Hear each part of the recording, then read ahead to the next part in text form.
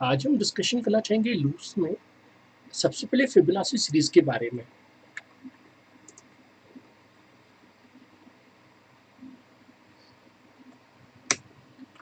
Fibonacci series कुछ इस तरह से चलती है। देखिए इसकी डेफिनेशन क्या है। First two terms are fixed,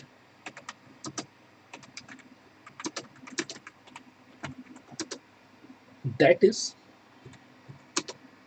0 and 1.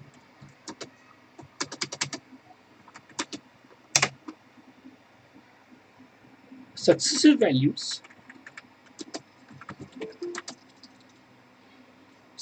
values are computed by taking sum of previous two terms. तो पहली दो वैल्यू फिक्स हैं 0 और 1, बाकी जितनी भी वैल्यूज हम कैलकुलेट करेंगे वो प्रीवियस टू टर्म्स की सम से कैलकुलेट होगा। तो सीरीज हमारी कैसी बनेगी, पहले 0 फिर 1। अब जो नेक्स्ट टर्म है वो इन दोनों के एडिशन से बनेगी जिससे मिलेगा 1। अब नेक्स्ट टर्म बनेगी इन दोनों के सम से यानी 2, फिर इन दोनों का सम 3, 5, इन दोनों का सम 8, फिर नेक्स्ट टर्म के लिए इन दोनों का सम करना होगा तो हमें मिल जाएगा 13। तो ये एक इनफाइनाइट सीरीज है, अप टू n टर्म्स तक हम इसे प्रिंट करना चाहेंगे। अब सवाल आता है कि कैसे इसको मैं प्रोग्राम करने वाला हूँ। तो एक छोटा सा मैं फिगर आप लोगों के लिए बना रहा हूँ कि कैसे इसे अचीव किया जाता है।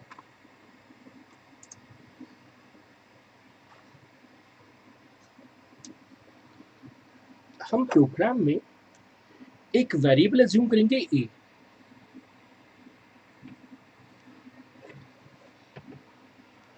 और a को हम दे देंगे वैल्यू फर्स्ट यानी 0, एक वेरिएबल b जिसको हम दे देंगे वैल्यू b यानी 1। अब मैं ये टर्म निकाले तो उसको हम कहेंगे सी टर्म। तो सी टर्म निकलेगी इन दोनों के एडिशन से।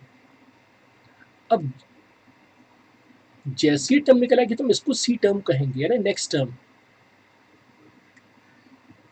अब अगर ये सी है तो इसका मतलब इसको होना चाहिए बी और इसको होना चाहिए ए।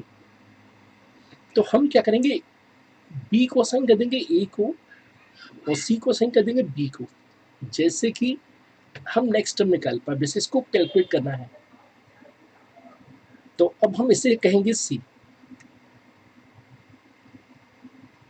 अब इसे सी कहेंगे तो इसको होना चाहिए बी और इसको होना चाहिए ए।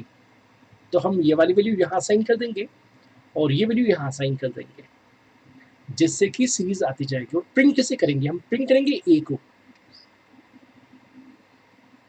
तो पहली बार प्रिंट होगा 0, फिर प्रिंट करवाएंगे ए को तो प्रिंट होगा 1, फिर से ए प्रिंट करवाएंगे तो प्रिंट होगा 1। तो कंक्लूजन निकला कि जब हम प्रिंट करवाएंगे तो प्रिंट ए को करवाएंगे।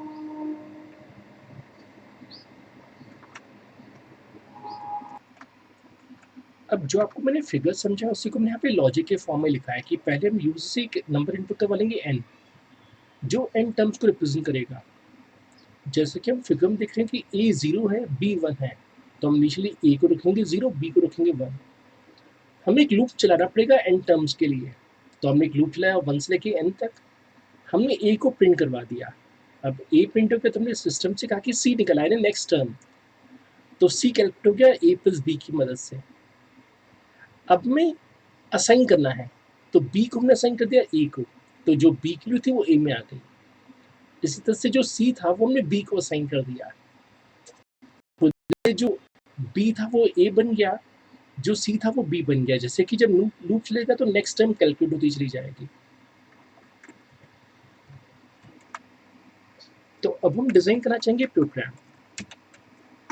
तो हमेशा की तरह हमने हेडर फाइल को इंक्लूड किया और मेन फंक्शन डिजाइन कर लिया। और हमें एक वेरिएबल चाहिए a जो 0 है, b चाहिए जो 1 है, और एक वेरिएबल c। हमें एक एक्स्ट्रा वेरिएबल चाहिए आई लूप चलाने के लिए, हमने एक और वेरिएबल डिफाइन करना होगा एन, नंबर ऑफ टर्म्स पूछने के लिए। तो ये कहलाएगा वेरिएबल डिक्लेरेशन।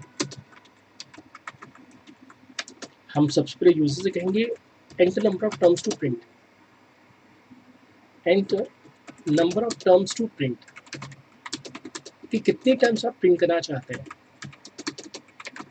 जो कि हम इनपुट करवा लेंगे एक वेरिएबल एन में। हमें लूप चलाना है 1 से लेके एन टर्म्स तक। हमने काफी दिन पहले सीखा था कि जब भी हम कोई लूप बनाते हैं तो हर लूप की कुछ इनिशियल वैल्यू होती है, हर लूप की कंडीशन होती है,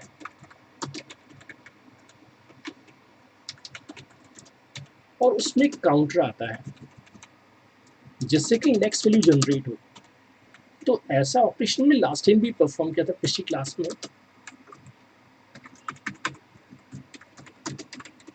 बाकी जो भी बच जाए उसको हम कहते हैं एडिशनल लॉजिक। तो एडिशनल लॉजिक हमेशा चेंज होता रहेगा। तो हमें जैसा कि लॉजिक में सिखाया गया कि हमें करना क्या है, पहले ए को प्रिंट करना है। तो हमने सिस्टम से कहा कि आप ए को प्रिंट कर दीजिए। हमने कहा प्रिंट एफ परसेंट डी, फिर थोड़ा सा गैप देने के लिए स्लैश टी, और फिर ए हमने प्रिंट करवा दिया। अब ए जब प्रिंट होगा तो हमें नेक्स्ट टर्म कैलकुलेट करनी, तो C equal to A plus B, compute next term. अब में स्विचिंग करनी है, हम कहेंगे ए इक्वल टू बी और B equal to C, shift position of B A and B. तो ए एंड बी की पोजीशन शिफ्ट हो गई, जैसा कि हम इस फिगर में देख पा रहे हैं कि थोड़ी देर पहले जो बी था वो ए बन गया है, जो सी था वो बी बन गया है, और ये लूप चलता रहेगा। लास्ट में हमेशा की तरह रिटर्न 0 और ये प्रोग्राम कंप्लीट हो गया। तो अब इस प्रोग्राम को हम कंपाइल कर लेते हैं।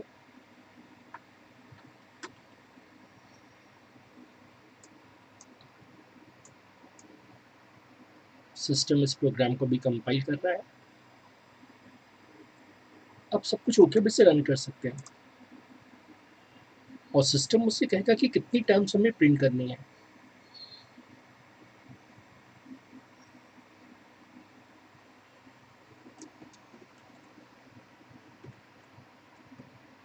तो जैसे मैं अपने सिस्टम से कह रहा हूँ कि मुझे 10 टर्म्स चाहिए, तो ये 10 टर्म्स प्रिंट हो गई, 0 फिर 1, फिर इन दोनों का एडिशन 1 आ गया, फिर इन दोनों का एडिशन 2, 3, 5, 8, 13, 21, 34। अब आपको जितनी चाहिए उतनी टर्म्स प्रिंट कर सकते हैं। अगर आप चाहें तो 50 भी इनपुट कर सकते हैं, तो 50 टर्म्स भी प्रिंट हो गए। लेकिन अगर आप ध्यान से देखिए दोस्तों, तो यहाँ पर रेंज ओवरफ्लो हो गया। हम जानते हैं कि इंटीजर की एक लिमिट होती है, लेकिन जैसे से हमारा नंबर बढ़ता गया तो वो इंटीजर की रेंज से क्रॉस कर गया, और जैसे ही वो इंटीजर की रेंज से क्रॉस कर गया तो नेगेटिव आंसर आना शुरू हो गया। तो 50 तक की सीरीज प्रिंट नहीं हो पाएगी, हम कुछ कम नंबर दे देते हैं, जैसे 30 दे देते हैं। तो आप देख सकते हैं 30 टर्म्स तक हमें आंसर मिल पा रहा है यहाँ पे सही। तो हर डेटा टाइप की कुछ न कुछ लिमिट होती है, और जैसे वो लिमिट क्रॉस होगी तो आपका आंसर नेगेटिव आना शुरू हो जाएगा, यानी रेंज ओवरफ्लो हो जाएगा।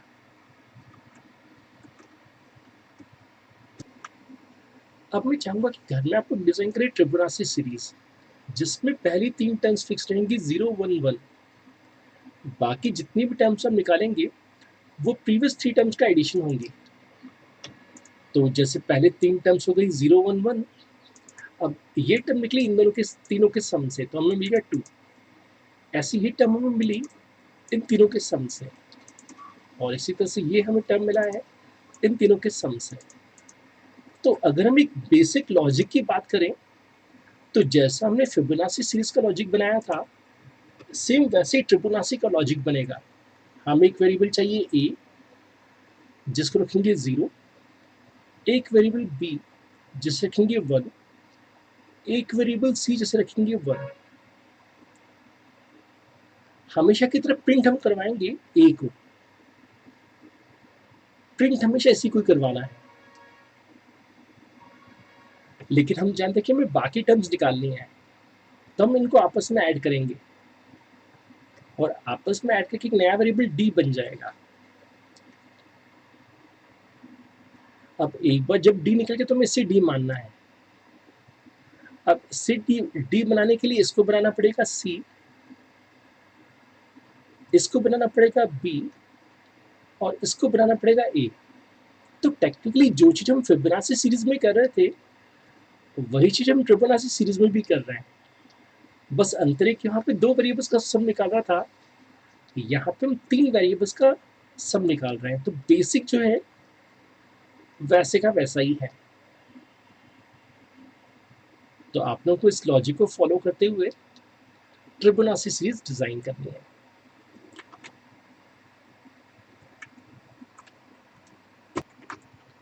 दोस्तों अब हम एक प्रोग्राम बनाना चाहेंगे जिसमें हम यूजर से एक नंबर पूछेंगे। जैसे यूजर ने कहा 153, हमें आउटपुट मिलना चाहिए sum of digits of 153 is equal to 9। क्यों? क्योंकि 1 + 5 + 3 कितना होता है? 9 होता है। अब जहां मैं सम निकाल रहा हूं, हो सकता है कि आपको घर में कहा जाए या कैंपस में कहा जाए product of digits.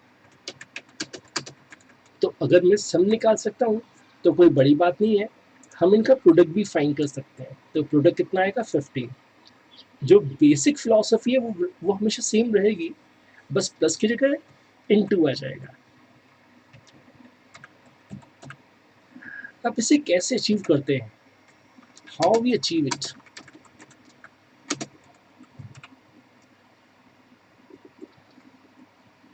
In normal life, we use base 10 decimal numbers 0 to 9.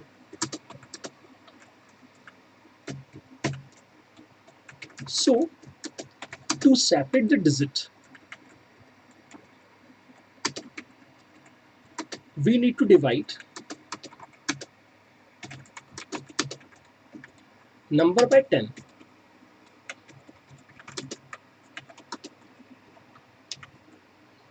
To separate unit place, to get the unit place,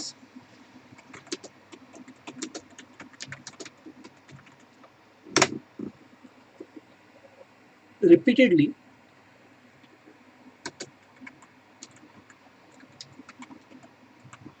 till original number becomes 0.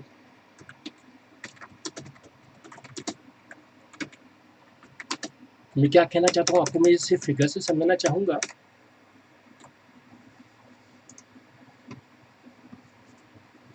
हमने कुछ दिन पहले पढ़ा था रिमाइंडर और कोशिएंट ऑपरेटर। तो मैं 153 को डिवाइड करूंगा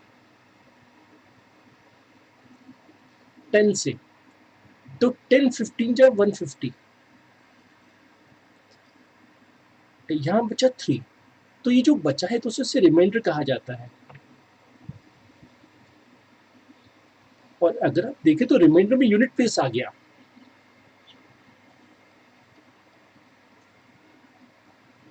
अच्छा, अब हम इस नंबर को फिर से उठाएंगे, इसको हम कहते हैं कोशिएंट पार्ट। क्योंकि हमें 3 मिल चुका तो फिर से 153 नहीं लेंगे, अब हम 15 को पिक करेंगे, यानी बचा हुआ नंबर। अब 15 को डिवाइड करेंगे 10 से, तो 10 1 जा 10, रिमेनिंग आ गया 5। ठीक है, अब फर्दर इसको कंटिन्यू करेंगे। हम 1 को डिवाइड करेंगे 10 से, तो 10 0 या 0, तो बचा कितना? 1। और अब देखिए अंत में नंबर 0 बचा है तो स्टॉप हो गए। तो हमने शुरुआत की थी 153 से, हमने 10 से डिवाइड किया तो 15 टाइम्स डिवाइड हुआ तो 3 बाहर आ गया। तो पहले 3 बाहर आ गया, अब नंबर था 15, 15 को हमने फिर से 10 से डिवाइड किया तो हमें रिमेनिंग मिल गया 5। अब नंबर बचा था 1, हमने 1 को फिर से डिवाइड किया लेकिन 10 0 या 0 तो रिमेनिंग बन गया 1, तो हमें 3 भी बाहर मिल गया, 5 भी बाहर मिल गया, 1 भी बाहर मिल गया। इनको हम आपस में ऐड कर लेंगे। अब हम एग्जीक्यूशन टेबल की मदद से समझना चाहेंगे कि कैसे ये प्रोग्राम काम करेगा। तो हम मान के चल रहे हैं कि यूजर ने नंबर इनपुट किया 153, हम एक टेम्परेरी वेरिएबल ले रहे हैं m, जिसको हम n असाइन कर रहे हैं। तो हम डायरेक्टली n पे ऑपरेशन परफॉर्म ना करके हम m पे ऑपरेशन परफॉर्म कर रहे हैं, इससे ओरिजिनल वैल्यू डिस्टर्ब नहीं होगी।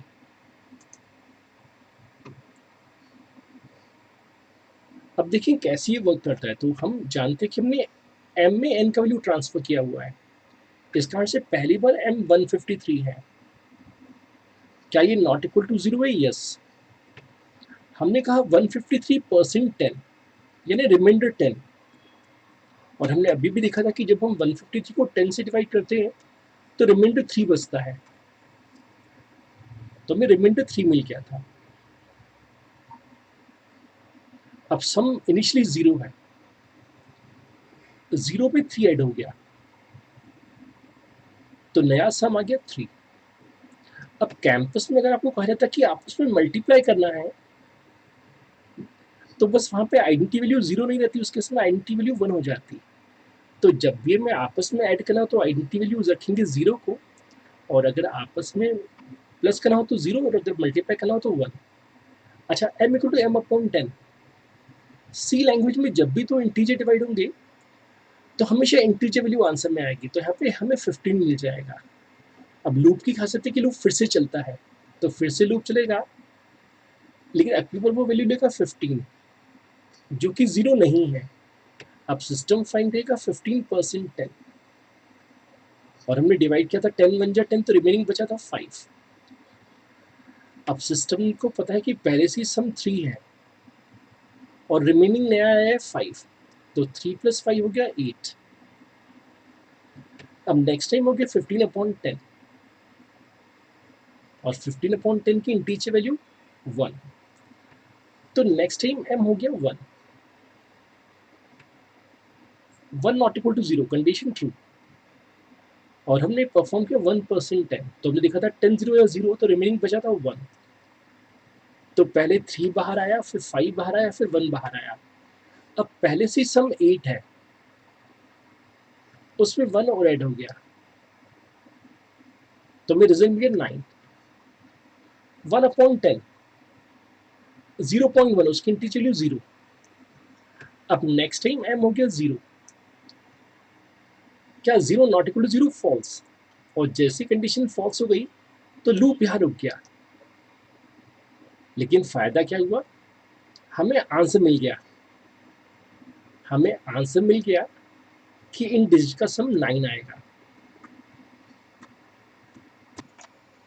तो हमेशा की तरह हमें सबसे पहले इंक्लूड करना होगा हेडर फाइल्स को, और फिर देखना होगा कि क्या क्या वेरिएबल्स हमने यूज़ किए, उन सब वेरिएबल्स को डिफाइन करना होगा। तो एक वेरिएबल n, m, r और सम, जिसको हमने इनिशियली 0 रखा था। अब मान लीजिए कि बॉस ने आपको प्रोडक्ट निकालने के लिए भी कहा है, तो आप चाहे तो उसी प्रोग्राम में प्रोडक्ट भी निकाल सकते हैं।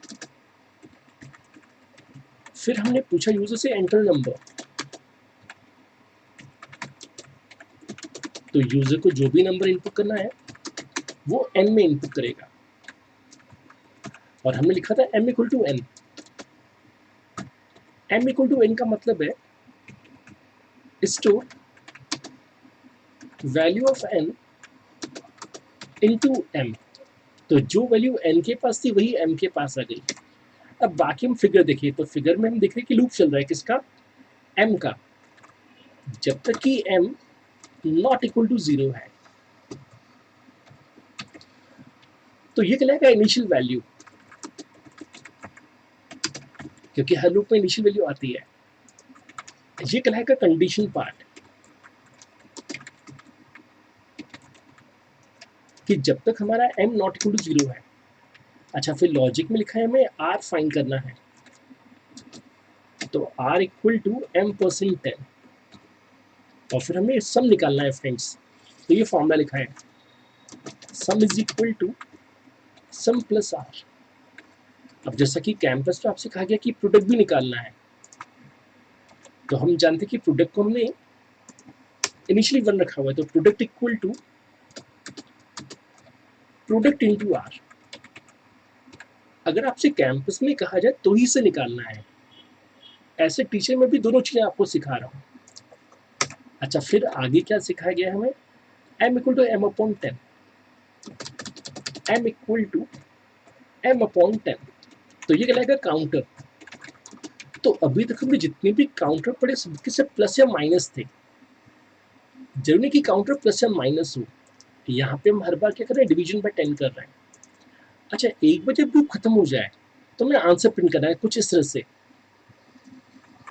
तो हम कुछ प्रिंट करेंगे कुछ ऐसा, printf sum of digits of percent d equal to percent d. तो हम किसका सम निकाल रहे थे, एन का,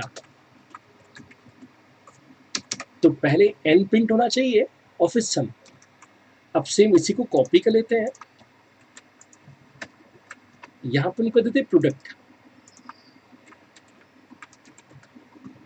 बस प्रोडक्ट हमें एक दूसरे वेरिएबल में मिल जाएगा और अंत में रिटर्न 0, और ये प्रोग्राम हमारा तैयार हो चुका है। इस हमने कॉपी कर लिया और उसे रन करके देख लेते हैं।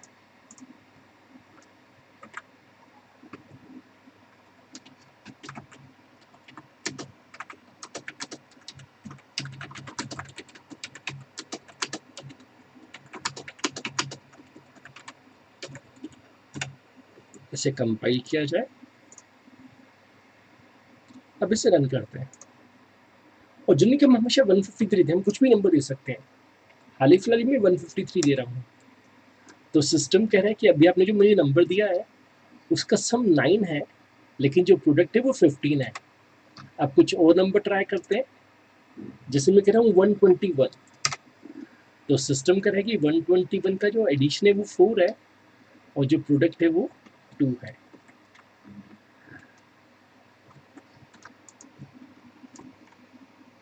अब हम डिस्कशन करना चाहेंगे आर्मस्ट्रॉन्ग नंबर के बारे में। तो देखिए इसकी डेफिनेशन क्या कहती है, sum of cube of digits of a number is equal to original number. जैसे एग्जांपल, हमने इनपुट किया, हमसे कहा गया एंटर नंबर, हमने कहा 153, तो कंप्यूटर्स के नंबर्स का क्यूब निकालेगा, तो 1 into 1 into 1 plus 5 into 5 into 5 plus 3 into 3 into 3, जो बराबर आएगा 1 प्लस 125 प्लस 27 बराबर आएगा 153। तो हमें आउटपुट में मिलेगा कि 153 इज आर्मस्ट्रॉन्ग नंबर।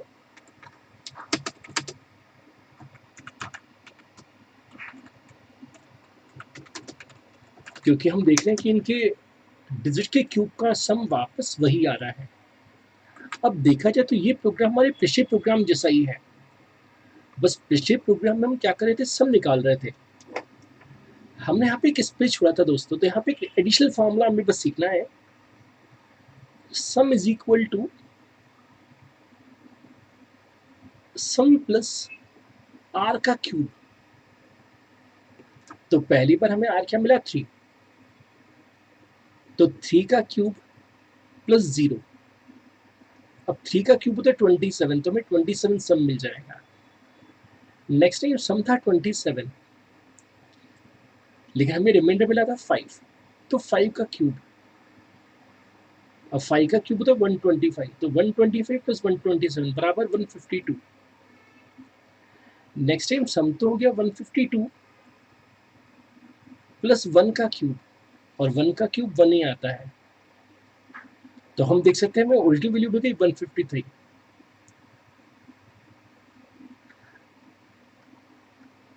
अब हम जानते हैं कि सम 153 और ओरिजिनल नंबर भी 153 है, तो सिस्टम कहेगा कि नंबर जो है वो एक आर्मस्ट्रॉन्ग नंबर है।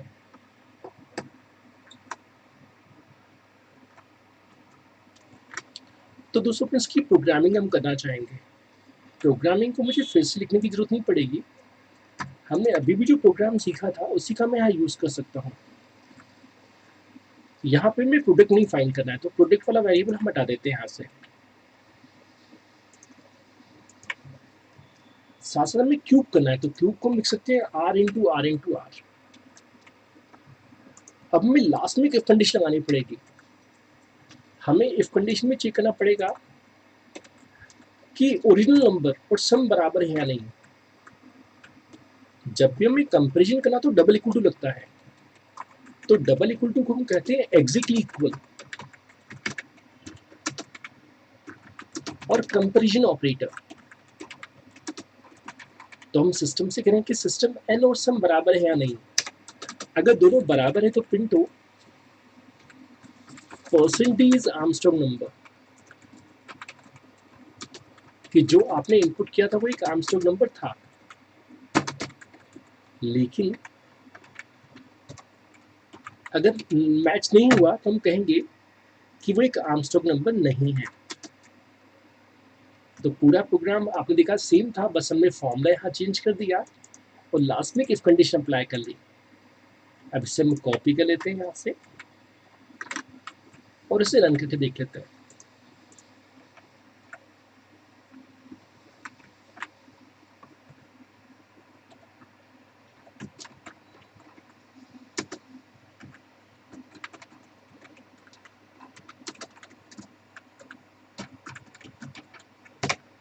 इसे कंपाइल करते हैं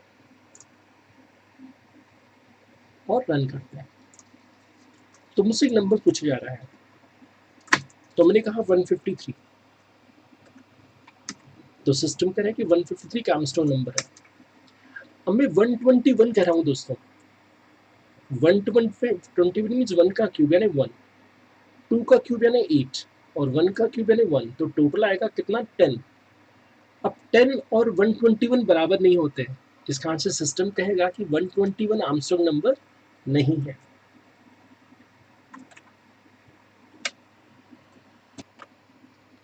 तो अब डिस्कशन करना चाहेंगे वाई के बेसिस पे कुछ कैंपस क्वेश्चंस का।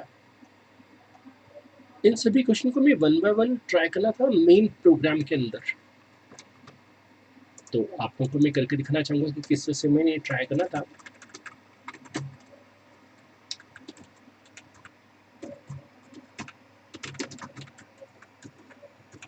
जैसे पहले क्वेश्चन में दिया गया था वाई 1, क्योंकि सी लैंग्वेज में 1 या नॉन जीरो 2 को रिप्रेजेंट करता है, और हमने कुछ भी मैसेज दे दिया था जैसे हेलो,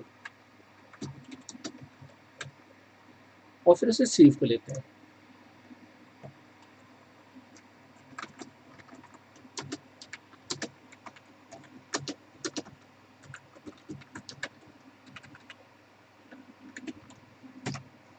इसे कंपाइल कर लेते हैं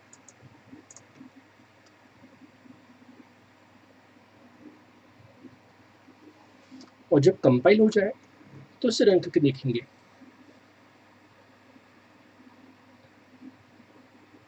हम देखेंगे कि हमें इन्फिनिट टाइम्स हेलो मिलेगा।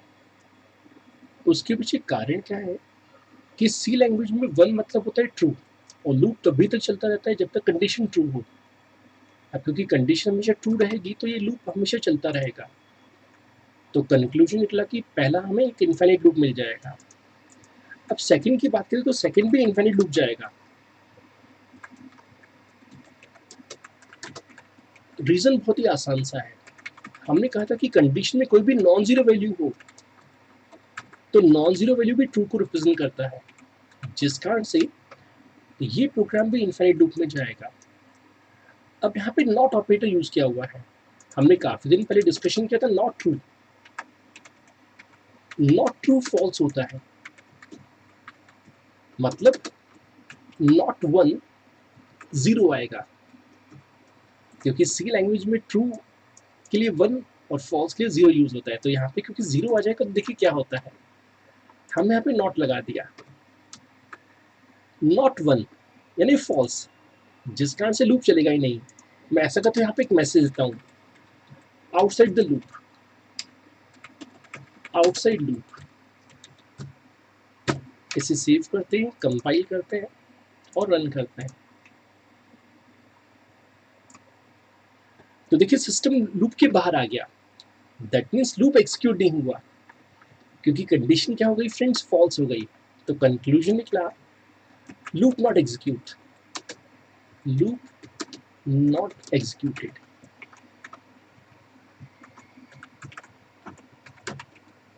रीजन था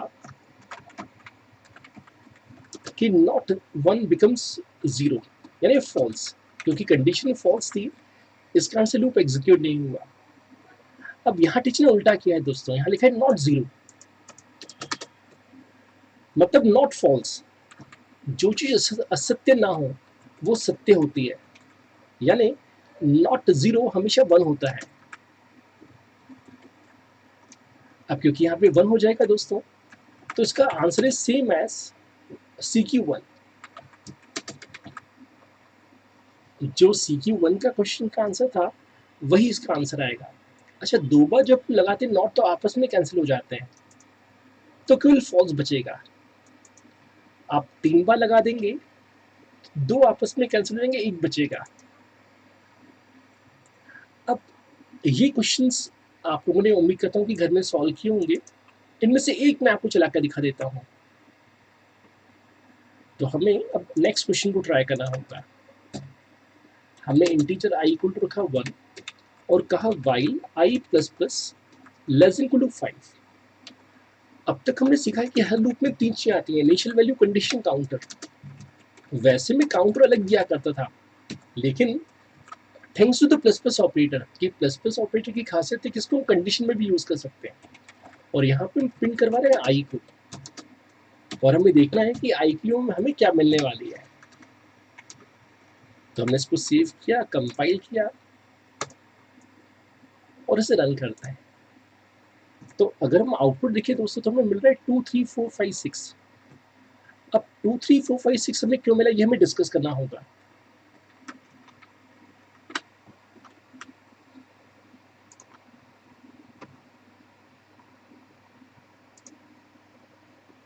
हमने काफी दिन पहले पढ़ा था, ये पोस्ट इंक्रीमेंट कहलाता है। पोस्ट इंक्रीमेंट का मतलब है कि इंक्रीमेंट बाद में होगा, पहले एक्सप्रेशन चेक होगा। तो हम एक एग्जीक्यूशन टेबल बनाते हैं हमेशा की तरह, क्योंकि जब भी किसी प्रोग्राम को समझना हो लूप के बेसिस पे, तो एग्जीक्यूशन टेबल सबसे इजीएस्ट पे होता है। तो हमने एक वेरिएबल आई ले लिया जो 1 था। अब क्योंकि पोस्ट तो पहले कंडीशन चेक होगी, तो कंडीशन क्या है, आई लेस इक्वल टू 5। बाद में इंक्रीमेंट होगा, क्योंकि पोस्ट इंक्रीमेंट था। और फिर हमें प्रिंट करना है आई को। अच्छा, अगर ये प्री होता, जैसा कि अगले क्वेश्चन मैंने प्री दिया हुआ है, अगर ये प्री होता तो पहले इंक्रीमेंट करते, बाद में कंडीशन चेक करते। तो अब देखिए 1 less than 5, condition true, value बढ़ के हो गई 2, तो इसका आंसर 2 प्रिंट होगा। नेक्स्ट टाइम आई 2 है, 2 लेस देन 5, यस, तो 2 प्लस 1 3 हो गया, तो 3 प्रिंट हो गया। चलते चलते चलते हम पहुंचे 5 पे, 5 इक्वल टू 5, कंडीशन ट्रू, लेकिन 5 प्लस 1 क्या हो गया, 6, इसका आंसर 6 प्रिंट हो गया। नेक्स्ट यहाँ पे वैल्यू हुई 6, लेकिन 6 ना ही लेस होता है ना ही इक्वल टू, जिसका आंसर लूप रुक जाएगा।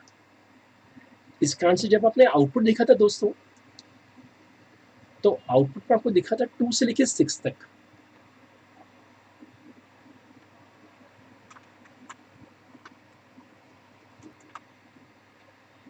तो पहले हम बात करें एसप्रिंटफ फंक्शन की, या पहले प्रिंटफ की बात करते हैं।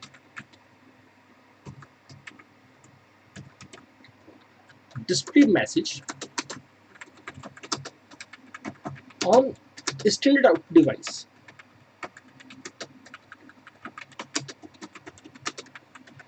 हम जानते हैं कि हमारे सभी कंप्यूटर में स्टैंडर्ड आउटपुट डिवाइस मॉनिटर होता है। तो कभी कभी हमें पता होता है कि हमें मॉनिटर पे मैसेज डिस्प्ले करना है, तो डायरेक्टली हम क्या लिख सकते हैं, प्रिंटफ। दोस्तों नेक्स्ट फंक्शन है एसप्रिंटफ, जिसमें एक स्ट्रिंग वेरिएबल देना पड़ता है।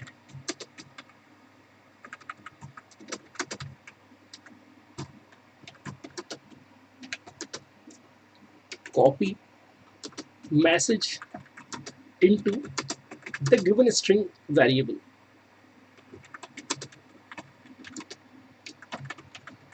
Instead of displaying on monitor, कभी कभी हम चाहते हैं कि डायरेक्टली मॉनिटर पे डिस्प्ले ना हो, भले हम एक स्ट्रिंग वेरिएबल देते हैं और उस स्ट्रिंग वेरिएबल में प्रिंट हो। तो आपसे कैंपस में पूछा जाएगा कि एस प्रिंटफ में एस का मतलब क्या है, तो एस प्रिंटफ में एस का मतलब स्ट्रिंग है दोस्तों। ऐसे होता है fprintf, file name comma message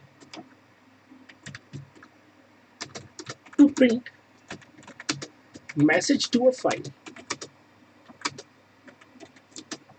तो दोस्तों हम चाहे तो किसी फाइल में भी मैसेज लिख सकते हैं। अच्छा, अब यहाँ पे इंपॉर्टेंट क्या है, stdout is a file representing monitor।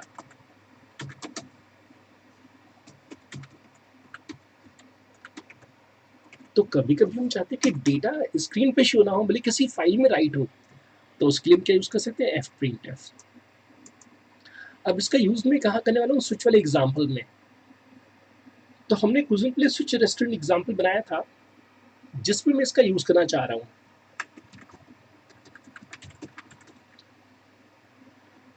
तो हमने यहाँ पे इंक्लूड किया std.h और हमने मेन फंक्शन बना लिया और हमने यूजर से चॉइस पूछा था और एक वेरिएबल बना था बिगिन, और हमने कहा था यूजर से प्रेस 1 समोसा 2 कचौड़ी और 3rd बिल, टोटल बिल। हालांकि मैंने और भी बहुत सारे ऑप्शन दिए थे, लेकिन यहाँ मैं प्रोग्राम को शॉर्ट बना रहा हूँ। आप जब घर में बनाएंगे तो और भी ऑप्शन ऐड कीजिएगा।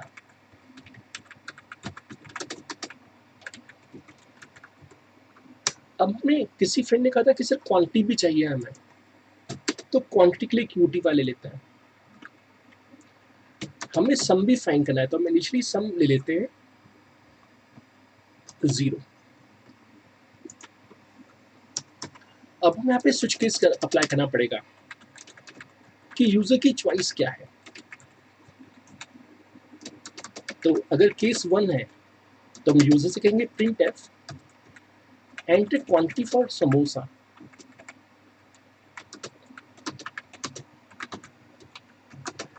कि कितनी क्वांटिटी आपको चाहिए।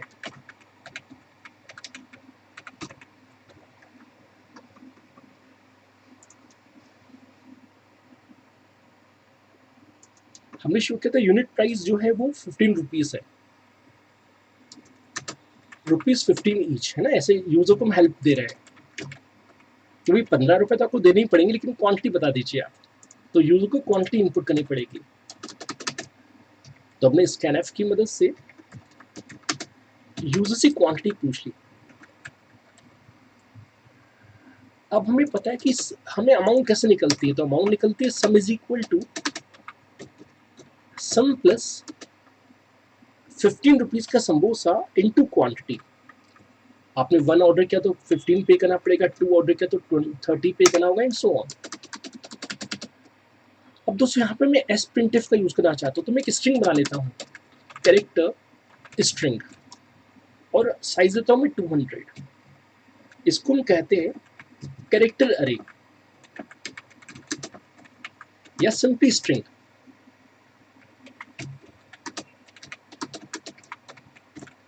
तो सिस्टम से मैं कह रहा हूँ कि सिस्टम में एक स्ट्रिंग चाहता हूँ 200 साइज की, और देखिए यहाँ मैं एस प्रिंटफ का यूज कर रहा हूँ। मैं यहाँ एस प्रिंटफ में लिख रहा हूँ कि स्ट्रिंग में क्या कॉपी हो जाए। जैसे बिल्स में शो होता है दोस्तों, तो बिल्स में कैसे शो होता है कि हमने समोसा ऑर्डर किया जिसके लिए हमें पे करना है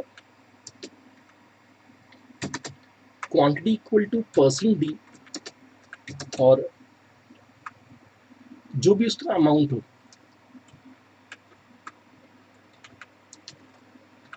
तो यहाँ पे QTY आ जाएगा और फिर ब्रेक।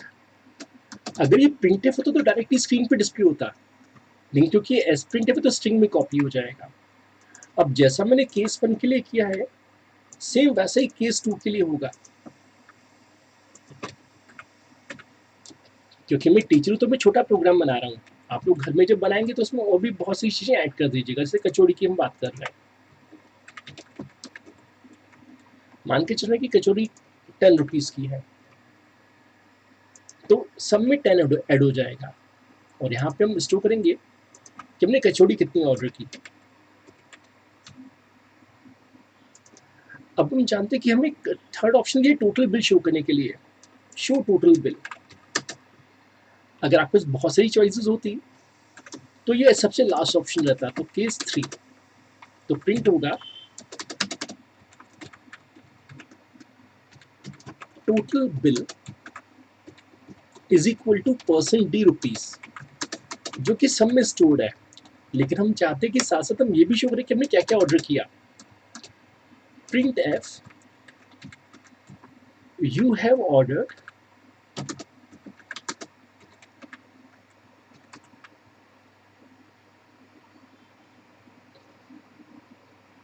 जो भी स्ट्रिंग हो परसेंटेज,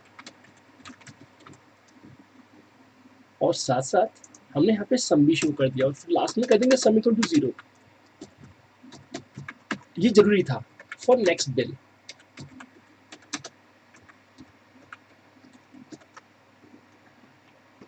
हालांकि हमें हो सकता है कि आगे चल के इसे इम्प्रूव करना पड़े। यहाँ पे एस प्रिंटफ से पर्पस अगर सॉल्व नहीं हुआ तो आगे चल के हमें यहाँ पे स्ट्रिंग कॉपी और एसटीआर कैट का भी जरूरत पड़ सकता है। तो नेक्स्ट क्लास में इस प्रोग्राम को थोड़ा सा और इम्प्रूव करेंगे।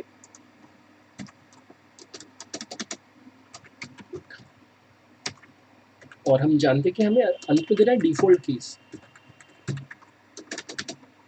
और जिसमें लिखेंगे इनवैलिड चॉइस।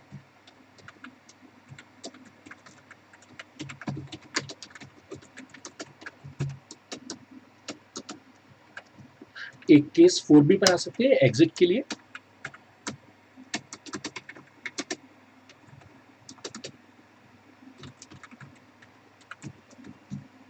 जिसमें थैंक्स लिख सकते हैं और फिर ब्रेक। तो केस 4 एग्जिट के लिए हो जाएगा, और हम चाहते हैं कि प्रोग्राम कब तक चलता रहे। If choice not equal to 4 तो गो टू बिगिन।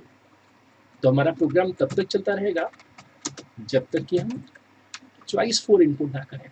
तो दोस्तों मैं फिर से आपको बताना चाहूँगा कि इस प्रोग्राम में अभी और भी इम्प्रूवमेंट पॉसिबल है, जिसके हम नेक्स्ट क्लास में स्ट्रिंग कॉपी और स्ट्रिंग कैट का यूज़ करेंगे। हाल ही फिलहाल मेरा ऑब्जेक्टिव था अपने दोस्तों को एस प्रिंटफ का यूज़ सिखाना, कि कैसे हम एस प्रिंटफ का यूज़ कर सकते हैं। और दोस्तों जहाँ पे हम प्रिंटफ लगा रहे हैं वहाँ पे हम एफ प्रिंटफ भी लगा सकते थे, बस आगे देना पड़ता है एसटीडी आउट। क्योंकि आपको बीबीबी ने बताया था कि एसटीडी आउट एक स्पेशल फाइल है जो मॉनिटर को रिप्रेजेंट करती है। प्रिंटफ में देने की जरूरत नहीं पड़ती, क्योंकि प्रिंटफ बाय डिफॉल्ट मॉनिटर को ले लेता है। तो इस प्रोग्राम को हम यहाँ से कॉपी कर लेते हैं और यहाँ पेस्ट कर देते हैं।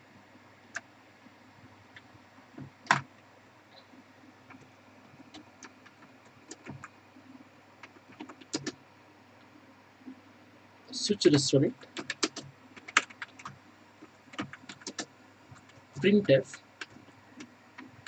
as printf डॉट cpp, इसे कंपाइल कर लेते हैं।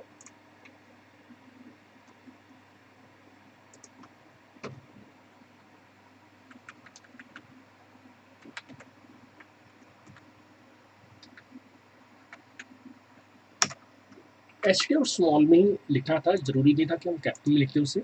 ओके है ना, तो कैपिटल में लिखने की जरूरत नहीं थी उसे। मुझे थोड़ा सा डाउट था कि कैपिटल में लिखना है कि स्मॉल में, तो स्मॉल में काम कर जाता है एसटीडी आउट। इसे कंपाइल करते हैं। अब मेरे किसी फ्रेंड ने पूछा था सर प्रिंटर में भेजना है, तो दोस्तों प्रिंटर के लिए होता है एसटीडी पीआरएल, तो वही जानकारी फिर कहा जाती है प्रिंटर में। लेकिन अगर प्रिंटर कनेक्टेड होगा तो ही ये वर्क करेगा, नहीं तो नहीं। अब इसे कंपाइल कर लेते हैं और रन करते हैं। तो देखिए टीचर ने एफ प्रिंट एफ लिखा है लेकिन तो भी काम चल रहा है, क्यों? क्योंकि हम सिस्टम से कह रहे हैं कि आउट में शो करना है। अब मैंने सबसे पहले ऑर्डर किया समोसा, कितनी क्वांटिटी चाहिए मुझे? 2 चाहिए क्वांटिटी। अच्छा फिर और क्या ऑर्डर करना चाहता हूँ मैं? कचौड़ी, कितनी कचौड़ी ऑर्डर करना चाहता हूँ मैं? 5। अब टोटल बिल मुझे देखना है कि टोटल मुझे कितना पे करना है। तो सिस्टम बता रहा है कि टोटल मुझे पे करना है 80 रुपीज़। हालांकि अभी भी ये प्रोग्राम थोड़ा सा और इम्प्रूवमेंट पॉसिबल है, क्योंकि हम चाहते हैं कि टोटल बिल से पहले शो करे कि हमने समोसे कितने ऑर्डर किए थे और कचौड़ी कितनी ऑर्डर की थी, जिसके लिए कि हम अगली क्लास में कुछ और इम्प्रूवमेंट करेंगे। और फिर बाहर निकलने के लिए हमने 4 प्रेस किया, और जैसे ही 4 प्रेस किया तो प्रोग्राम टर्मिनेट हो गया।